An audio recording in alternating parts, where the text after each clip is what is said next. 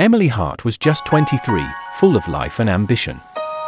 A bright young graduate with a degree in graphic design, she had recently landed her dream job at a rising tech company in downtown Chicago.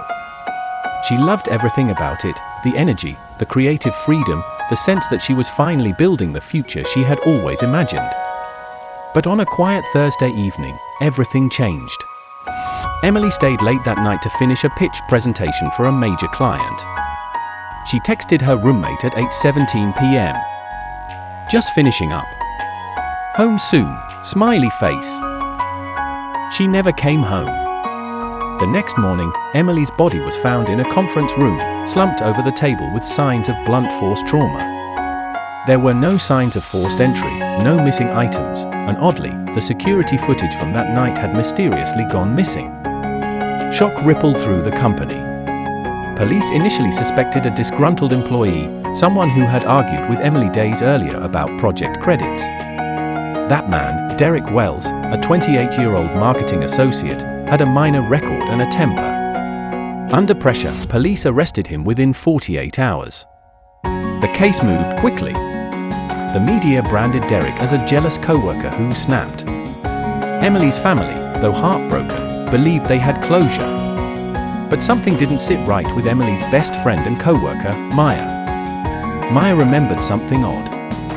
Emily had confided in her about a senior executive, Michael Stone, charismatic, powerful, and married. He had made advances that Emily had politely rejected. 2 days before her death, she told Maya, "If anything ever happens to me, check my laptop." But Emily's work laptop had gone missing the night of her death. Driven by guilt and determination, Maya began digging. She quietly reached out to an IT technician who had worked the late shift that same night.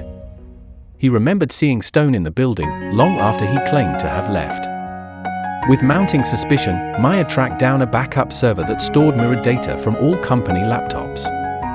What she found shocked her, a deleted email draft from Emily, detailing Michael Stone's harassment and her intention to report him to HR. Maya took the evidence to a private investigator, who helped reconstruct a timeline.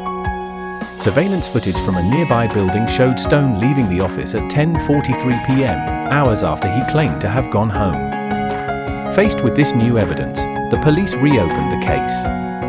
Forensics re-examined the scene and found microscopic traces of blood on a designer watch found in a janitor's closet, a limited edition timepiece linked directly to Stone.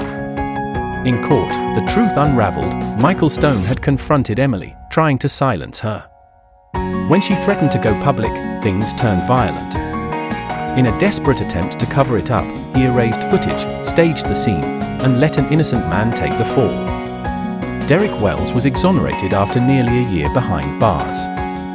Emily's family wept, this time, both for her and for the miscarriage of justice that almost buried the truth. Michael Stone was sentenced to life without parole. The company was forced to overhaul its internal policies and paid a massive settlement to Emily's family, who used part of it to start a foundation in her name, one that supports women in the workplace and helps victims of harassment speak out safely. Though Emily's life was cruelly cut short, her voice echoed louder in death than in life. The foundation, the Emily Hart Trust, helped dozens of women find justice, and her story inspired national workplace reforms. Justice came late. But it came, not because the system worked perfectly, but because someone refused to let the silence win.